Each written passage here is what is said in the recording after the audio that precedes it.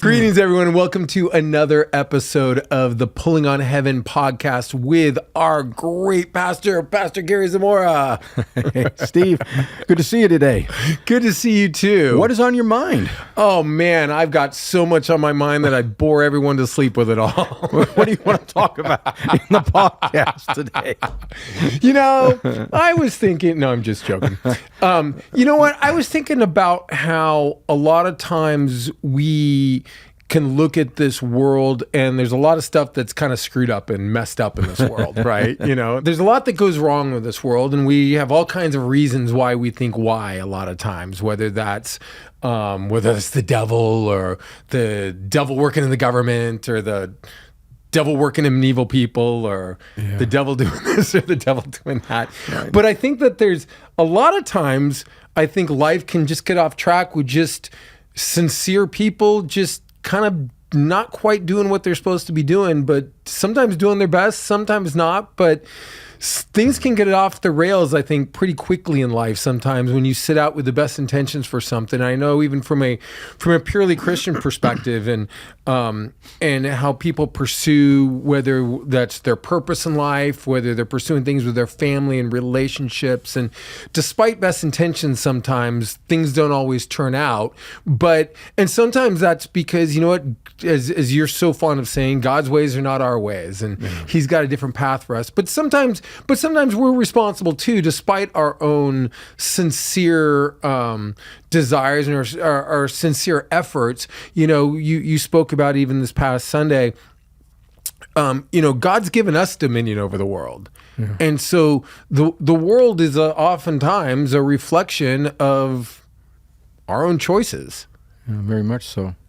Well, you know, people say, we've probably all heard it said, you know, 5, 10, 20, how many times, you know, heard what? God's in control. God's in control. And I mean, that would be great, I guess, if God were in control, but I don't, and the reason I say I guess is because that wasn't the order of things. God is all authority. He's all power at all times. But when He created man, He said, let's put them in charge. And that's really where we are today. God said, let them have dominion in the earth. We're going to make this creation, mankind, and let's give them dominion over all the earth.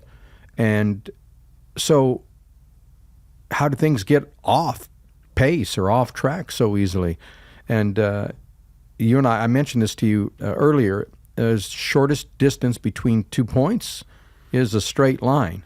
Any people that go to PFC know that when he asked me that question, I wouldn't answer, even though I know that's like, 8th grade geometry. But I wasn't going to answer that because I feared it was a trick question. And it was a trick question that it was a trick question, and it wasn't a trick question. Yeah, it was just straight up, looked stupid.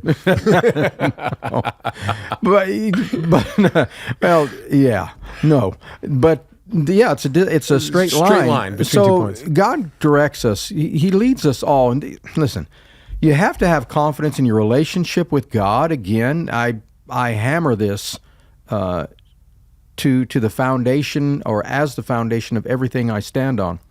My steps are ordered of God. And the reason that's such a big deal to me is if that isn't my foundation, we all have the same challenges. In different ways, but it's the same thing. We're challenged to believe. We're challenged to stay on track.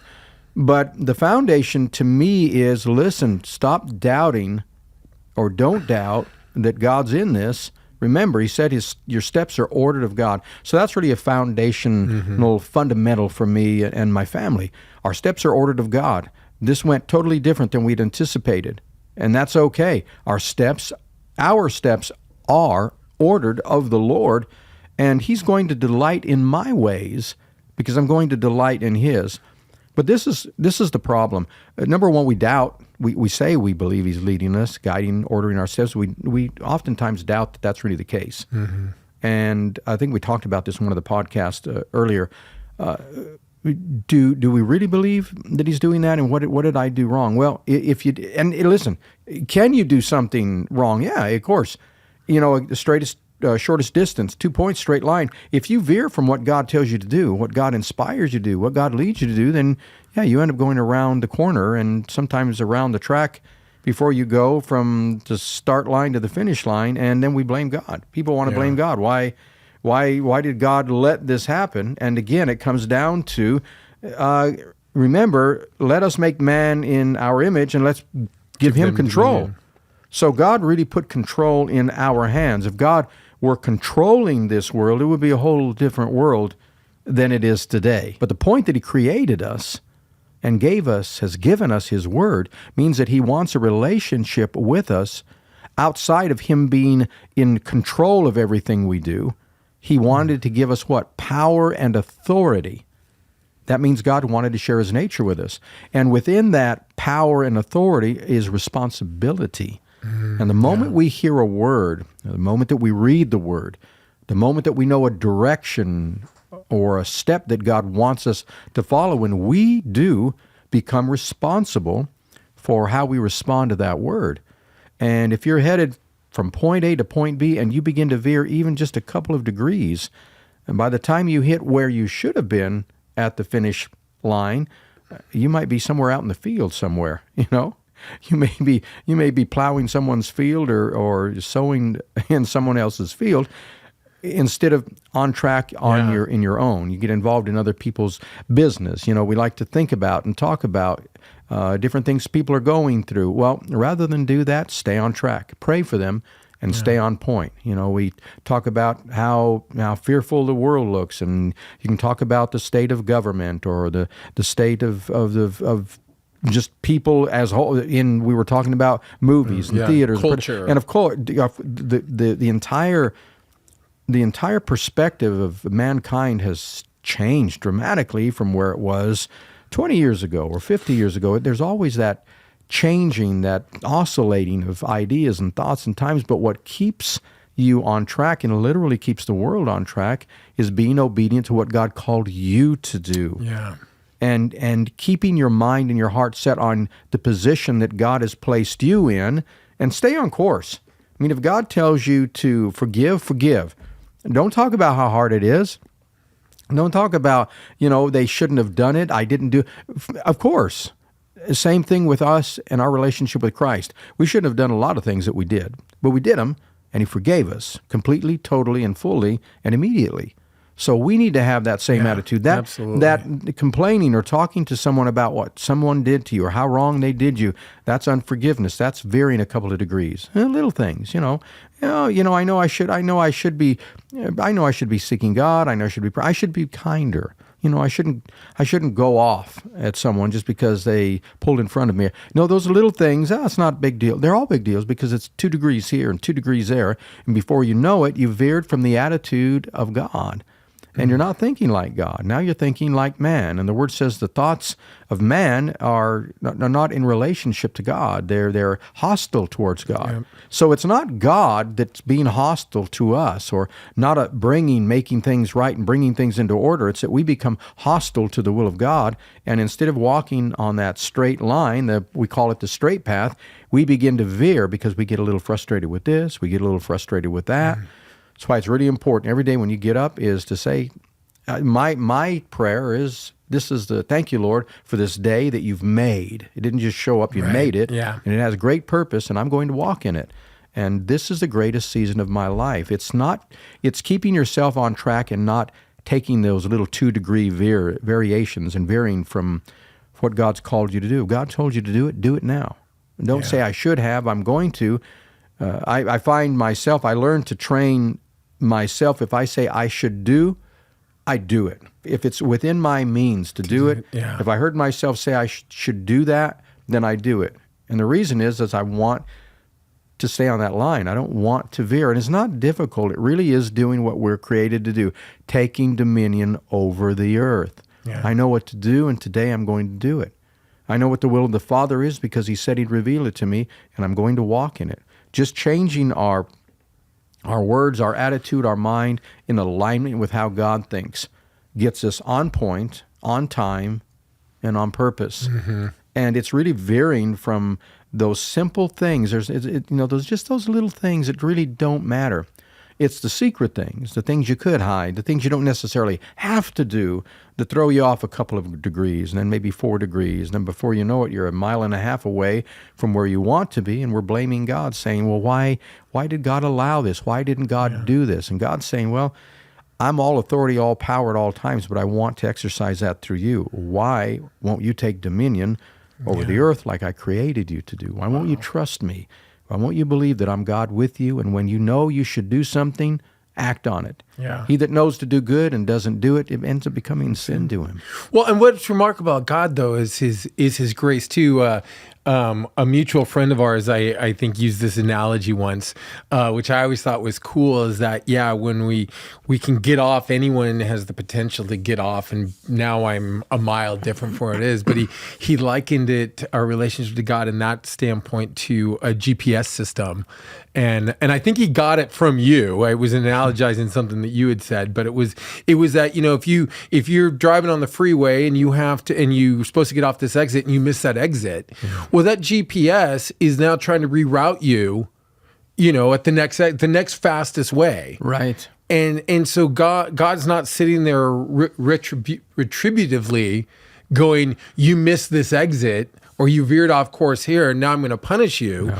He's going to get you back as fast. Now, it might feel like punishment, getting you back as fast and efficiently and best as you can, but he's working for you even when we go off track. No retribution from God. He's always wooing our hearts in the right direction. With the minute we receive a word or direction or correction, people don't like to be corrected because we just all like to be right all the time. Honest, we like to be right. But the word says a wise man receives correction and becomes even wiser. God's grace and mercy, he will always reroute us. But that rerouting can take a long time. Yeah. On the way here, I missed a turn. And the reason is I wasn't paying attention to the direction. So the first question is, how do we get off course? Well, we just don't pay attention. Be keen on paying more attention. How do you do that? Start it off in the beginning of the day. When you get up, start it off with direction. This is my direction. This is the way I'm going to go. People that are successful in life, they have a specific road that they travel on. They walk in the path that they know they're supposed to get from point A to point B. So stay on that. What is it for a believer? Lord, this is a day you have made. You created it. It didn't just show up. There's purpose in it. I'm going to walk in it. Okay? You just set the line. Stay on point. Things are going to take place during the day that may have the potential for frustrating, aggravating you, whatever it is, stay on course. What is that doing? That is doing what you need to be done. It's keeping you on course, and you're taking dominion over the little variations in your life that get you off course. God will always reroute you. It took me a little bit longer to get here because I had to be rerouted. And when our complaints are, why, God, is it taking so long? Well, because God, in his mercy, he continues to reroute us. He's not looking for retribution. He's not wanting to pound us because we missed. He's just saying, all I want you to do is get here. And, if you're good with taking, all your entire life to get there, we can do it. But don't blame me for it. Right. Know that I've given you dominion and power. Take control when you start. What makes a race difficult is a bad start. Yeah. A good race is a good start. Now, you can make up that time, but you have to work a lot harder. Yeah. But if you start off strong, you stay on point, you know where you're going to begin with, and you don't have to make all those adjustments in order to get back on track. It's really very, very simple. Set your mind on God. I will say of the Lord, this is the day God has made. I rejoice, and I'm thankful for it, and I'm going to stay on track, and God's going to get me where I want to go because his will is where I want to go.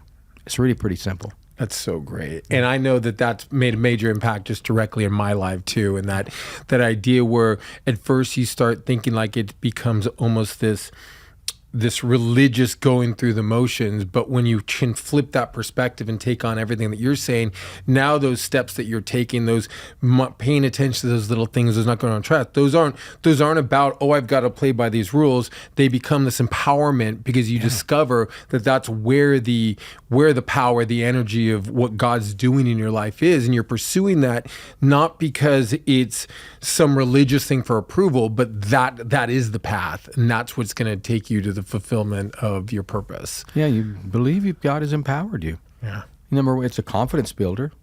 It keeps you happy through the day. It keeps you joyful because you know there's something I have to do to take dominion over something in my mind, frustration, aggravation, fear, doubt, whatever. But I have the wherewithal to do it from the beginning, from the moment I wake up to the moment I go to sleep. I'm fully empowered. Instead of, God, what's wrong? That always throws you, because it's like on course, and you go, what did I miss? Well, just stay on track. You didn't miss anything. My steps are ordered of the Lord. You see how fundamentally foundational that is? I didn't miss anything. Even if you did, I didn't miss anything. My steps are ordered of the Lord. And it keeps you at peace. And when you lose your peace, you lose your confidence. You stop and you stand still, and then ask God why you're not making progress. Well, because you stopped and you're standing still. Why? Because I didn't trust that God is ordering my steps. Keep that attitude. This is the greatest season of my life. My steps are ordered of the Lord. Yeah, so good. Our steps, your steps, all of our steps. Believe Him. And thank you so much, Pastor, for having me on here with you. Always. And everyone, thanks for watching. Until next time.